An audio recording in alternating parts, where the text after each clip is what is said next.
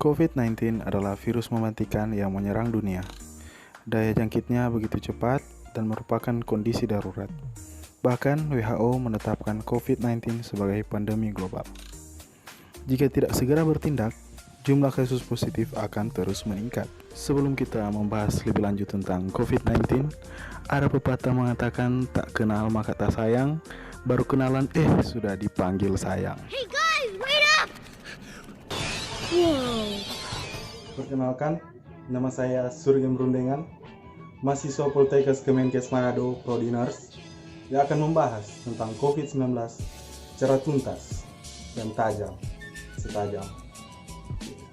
Stop penyebaran COVID-19 dengan social distancing. Jaga jarak aman dengan sekitar. Social distancing harus dijalankan bersama, karena virus menyebar lewat droplet yang keluar dari mulut dan hidung ketika seorang batuk atau bersin.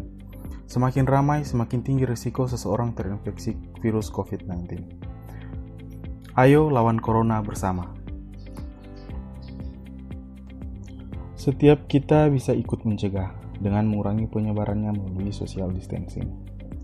Apakah social distancing? Social distancing adalah tindakan untuk mengurangi kontak dengan orang lain, terutama dia yang selalu membuat hati terluka. Selain menghindari kontak dengan orang lain, kita juga harus menghindari melakukan kegiatan di keramaian. Bagaimana bentuk social distancing yang perlu dilakukan? Beberapa anjuran utama antara lain, menghindari keramaian, misalnya situasi, kegiatan, atau acara besar yang dihadiri orang banyak dan berdesakan, mengurangi menggunakan transportasi publik, dan belajar atau bekerja di rumah untuk sementara waktu. Bagaimana bila tidak memungkinkan melakukan social distancing? Dalam semua keterbatasan, kita semua tetap dapat melakukan social distancing, walaupun terpaksa berkegiatan di luar rumah. Siapapun yang baru datang dari negara terpapar COVID-19 atau bila kita menunjukkan gejala sakit, disarankan untuk tidak keluar rumah selama 14 hari atau self-quarantine, atau segera cari bantuan medis. Selain dua kondisi di atas, yang perlu dilakukan adalah mengurangi sebisa mungkin kegiatan di luar rumah dan keramaian. Bila harus tetap keluar rumah dan menggunakan kendaraan umum, perlu menghindari waktu ramai atau peak hours. Hindari menyentuh permukaan yang mungkin dipegang orang lain juga. Misalnya pegangan tangga, gagang pintu, atau tangan para fuckboy. Astaga. Bila harus berpergian dengan pesawat, kereta api, atau bus, cari tahu mengenai status keamanan tempat yang kita akan datangi. Hindari berdesakan dengan orang lain, gunakan masker bila diperlukan.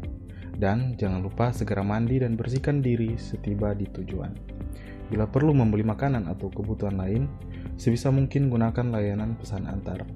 Bersihkan atau cuci barang yang dibeli sebelum disimpan. Dan utamakan memesan makanan yang matang sempurna. Bila perlu berolahraga, pilihlah yang dapat dilakukan di dalam rumah atau yang dilakukan di tempat terbuka.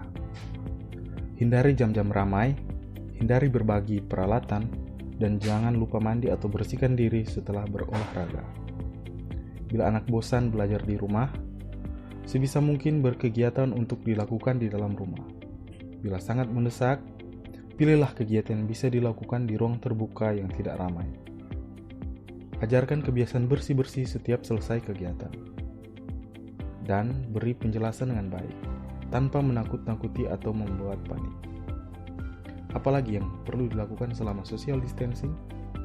Jangan lupa mempraktekkan kebiasaan bersih antara lain, cuci tangan sebelum beraktivitas untuk menghindari virus atau kuman kita menyebar kepada orang lain.